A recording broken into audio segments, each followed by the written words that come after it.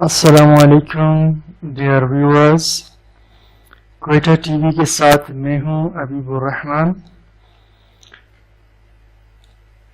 हमारे चैनल को सब्सक्राइब करने के लिए वीडियो के नीचे जो सुरख सब्सक्राइब का निशान है उसको क्लिक करें और उसके साथ बेल आइकन को दबाएं ताकि आपको हमारी वीडियोस मिल सके।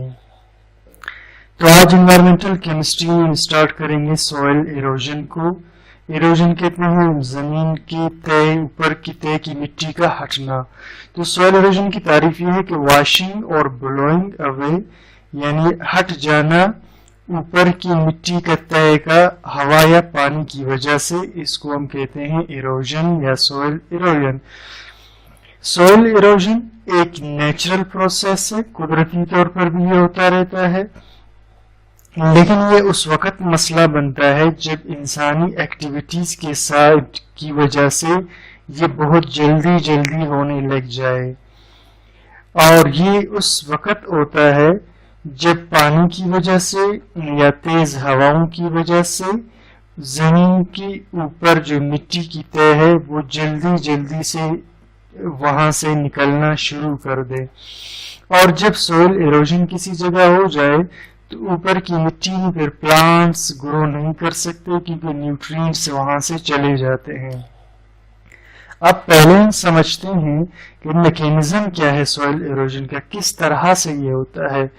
तो जब भी कोई बारिश का कतरा जमीन पे आता है और वो जमीन को या सॉइल को हिट करता है, उस जमीन या सॉइल में अगर सब्जा ना हो तो वो डायरेक्ट जब मिट्टी को हिट करेगा तो वो उस मिट्टी को गोली की तरह से लगेगा, यानी इतना तेज असर होगा मिट्टी पर उसका, वहां की मिट्टी को वो निकाल देगा और जिसके नतीजे में वहां की मिट्टी गीली हो जाएगी और फिर बारिश की पानी के कतरों के साथ वहां से बहना शुरू कर देगा और इस तरह सॉइल इरोजन होता रहता है।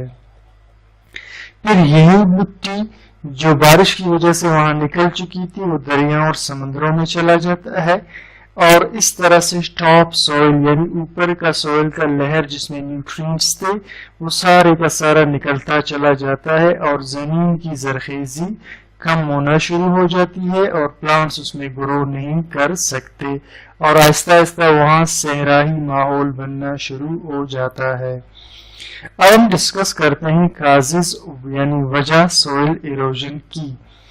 तो सॉइल इरोजन की वजह एक तो हवा और वाटर है जो इस चीज को करते हैं, और तो मिट्टी की वो मिकदार जो कहीं से निकल जाए वो डिपेंड करती है दो बातों पर। पहला है स्पीड ऑफ वाटर या विंड, जितना तेज हवा और पानी चलेगा तो वहां की मिट्टी इतनी तेजी से हटेगी, और दूसरा है प्लांट कवर, यानी किसी जमीन के ऊपर पौधे होंगे तो वो उसको इरोजन से मिट्टी को बचाएंगे, पौधे नहीं होंगे तो वहां से मिट्टी जल्दी निकलना शुरू कर देता है।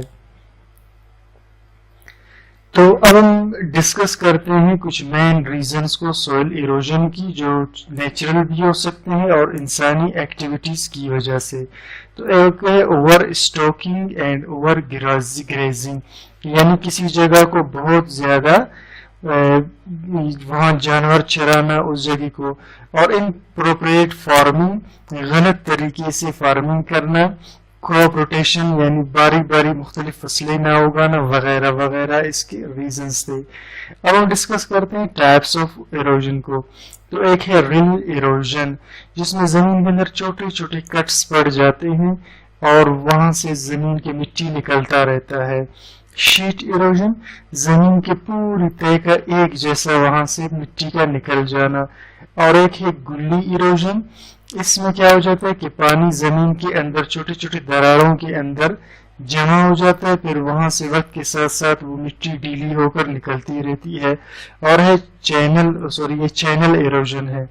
तो स्कोरिंग ऑफ स्ट्रीम बैंक्स यानी उधर जाना नदियों के किनारों का पानी की तेज फ्लो की वजह से, तो साइड से वो भी मिट्टी निकलता रहता है। अब प्रिवेंशन कैसे हो सकता है सॉइल इरोजन से? ہم سوئل ایروژن کو کیسے روک سکتے ہیں؟ اس کے لیے مختلف ٹیکنیکس ہے، جیسے پلانٹنگ رنگ بریکس، یعنی ہوا کو روکنے کے لیے بڑے بڑے جیسے ڈیم کی طرح یا کسی جگہ کو مٹی کو اوپر کر دینا۔ Use of contour plugging, contour plugging کہتے ہیں ہل ایسی جگہ چلانا جہاں پر سلوپ نہ ہو، سلوپ کے ساتھ ہموار زمین پہ ہل چلانا۔ اور شیورٹی آف پلانٹ گروتھ، وہاں جب پلانٹس گرو ہوں گے تو وہ مٹی کے وہاں سے نہیں اگڑ سکتا۔ اور سوئل رچ ہیومس یوز کرنا چاہیے، اوور گریزنگ بہت زیادہ چرانے سے احتیاط کرنا چاہیے، پانی کو کنزرو بچانا چاہیے، اور زمین کو کلٹیویٹ یعنی خشک نہیں چھوڑنا چاہیے، اس میں کوئی فصل اگانا چاہیے۔